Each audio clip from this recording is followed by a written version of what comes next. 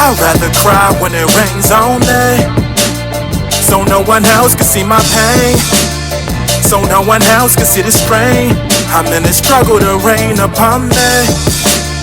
They made my struggle feel right, made me wonder what these drugs would feel like. But yeah, my struggle's real life. What I'm supposed to do when it rains upon me?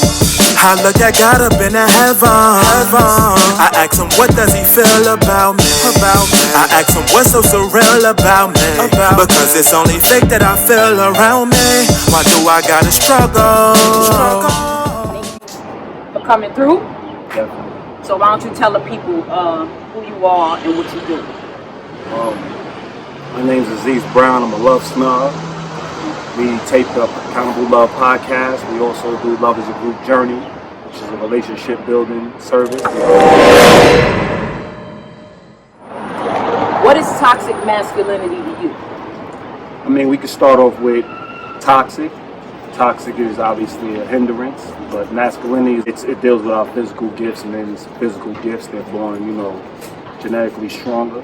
So, that's just what masculinity is. And when you deal with it being toxic, you put the words together, you infringe on somebody else. So how about the reverse, toxic femininity? Are you familiar? Oh, definitely. I'm a man. I'm a man, of course, man. I think that just deals with the emotional aspect, like not really dealing with the logical point of things, of topics at times, because, it's when you lead with emotions, there's no way to gauge what emotions will affect you. There's no way to truly engage them. That's person to person. So therefore, when you use emotions to resolve an issue, that's toxic. When you spoke of toxic masculinity, it's all boiled down to insecurity. And then when you spoke about toxic femininity, it sounded almost like it boils down to being overly emotional. No, I was saying it's both insecurities. And I didn't say overly emotional. You should be emotional. What I'm saying is when you use your emotions as a weapon. So in both situations, it's insecurity. I don't even know why we put toxic in front of your traits. It's all just insecurity overall. And when you're insecure, negative things happen. Negative things occur. So it's all insecurity. But it's just done in different ways. I mean, most men don't use emotions to their advantage. Most women can use emotions to their advantage. Most men try to use their physical gifts to their advantage. So that's why it's different in that regard, but it's both insecurity. So you don't believe that the act of being raw comes from being emotional?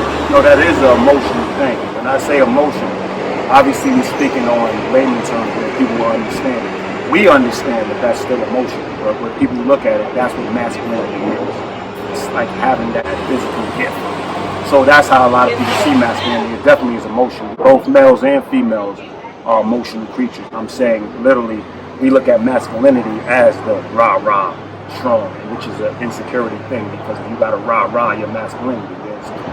And I say women, when you use something as beautiful as emotions to actually get your way, and actually to infringe on the relationship and get a person to move the way you want them to move, that's when it becomes toxic. That's also insecure. Can someone who lives in that space, toxic masculinity or toxic femininity, have a successful relationship? No, definitely not.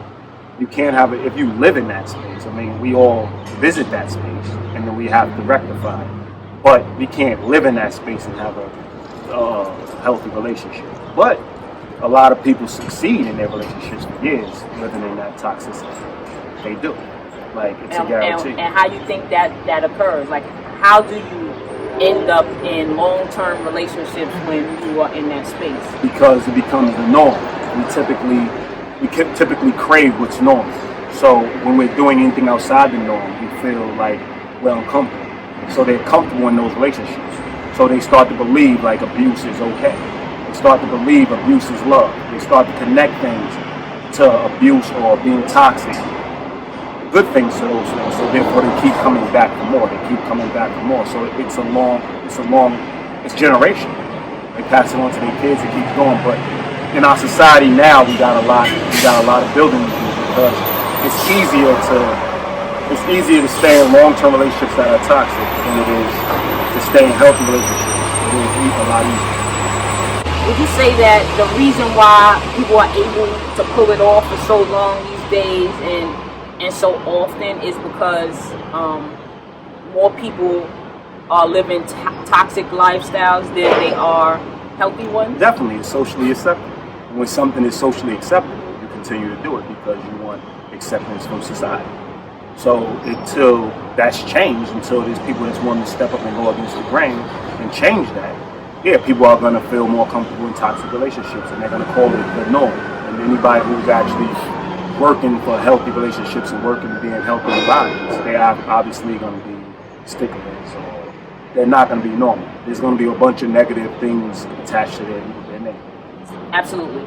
I mean, I deal with that. I know you deal with that. Definitely. Because we're very stern in our belief systems.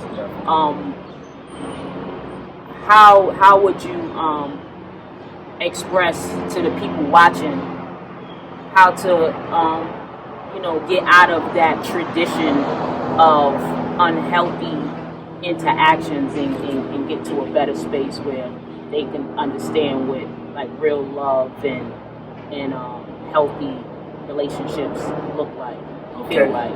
For the sake of the topic, I would say define your terms. Stop looking for 27 different ways to define a term. Insecurity is insecurity is insecurity. So let's stop making up terms because it gets confusing, and then people just start playing with it because now it becomes a drinking buddy term. That's what it seems like to me. Like we out drinking and we just decided to get this label of toxic masculinity off of a drink. You know what I mean? It's really just insecurity. So I think the biggest thing I would tell people is when it comes to love, meet things head on. You know what I mean? It's an investment. And when you're investing in somebody else, you're going to have conflict. And don't be afraid of the conflict. Just work through life to resolve each conflict as it comes. Don't let it trickle into the next month, into the next month, until it's just so out of control you really can't reel it back. It's about working every day on your relationships and working every day to make sure that you have loving relationships. Love is a group journey, obviously, so you have to do it together. If you don't do it together, then you'll end up apart or you'll end up living in a toxic relationship and being comfortable. And that's why he's a love snob. Definitely. Thank you. I greatly appreciate this conversation. It was good, it was dope, and we are going to move on from here. Let's walk with it.